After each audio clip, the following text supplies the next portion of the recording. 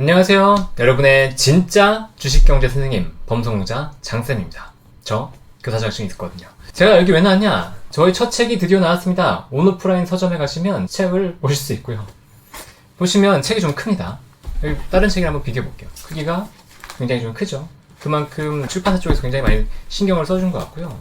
보시면 안에 이렇게 캐릭터들이 많이 들어가 있어요. 그래서 조금 편하고 재밌게 읽으실 수 있을 거라고 보고 있습니다. 이 책을 왜 봐야 되지? 라는 궁금증이 이제 드실 거잖아요.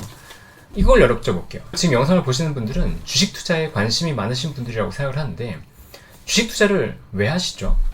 제가 한번 얘기를 들어볼까요? 주식 투자는 쉬워서요.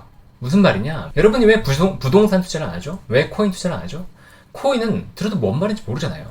그리고 부동산은 돈이 많이 필요하잖아요. 그쵸? 그리고 임장도 다녀야 되고. 근데 주식은 어때요? 누군가한테 들었으면 HTS, MTS 그냥 한번 켜서 그냥 매매하면 끝이잖아요. 그러니까 여러분이 주식을 한다고요. 규모가 10만원, 20만원이라도 편하게 할 수 있잖아요. 그게 주식이라는 거죠. 그러니까 여러분이 주식을 한다. 그런데 문제는 뭐냐면 주식이 너무 쉽다는 거예요. 접근이 너무 쉽고 또 기업이라고 하는 게 익숙하잖아요. 뭐 빙그레, 삼성전자 익숙하잖아요. 그러니까 내가 안다고 생각하고 너무 쉽게 간단하게만 생각하고 투자를 한다는 거예요.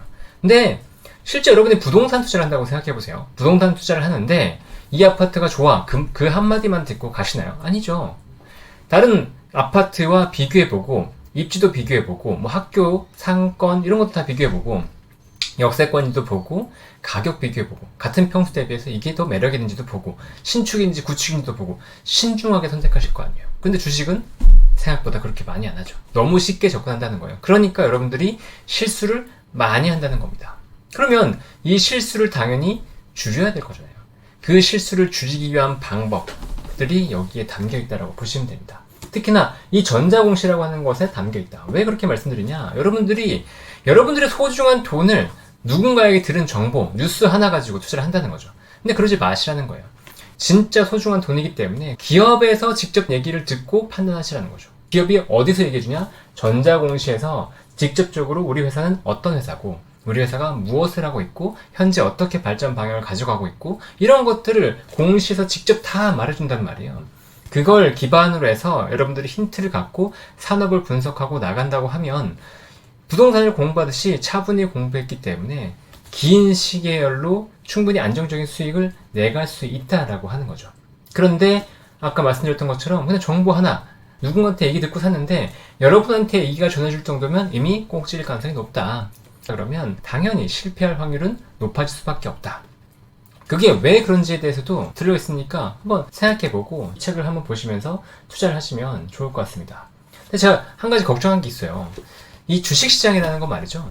정보가 많이 오픈되고 사람들의 수준이 높아질수록 주식시장의 난이도는 더 높아집니다.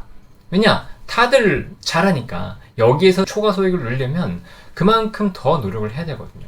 이 책을 내면서 그런 생각을 했어요.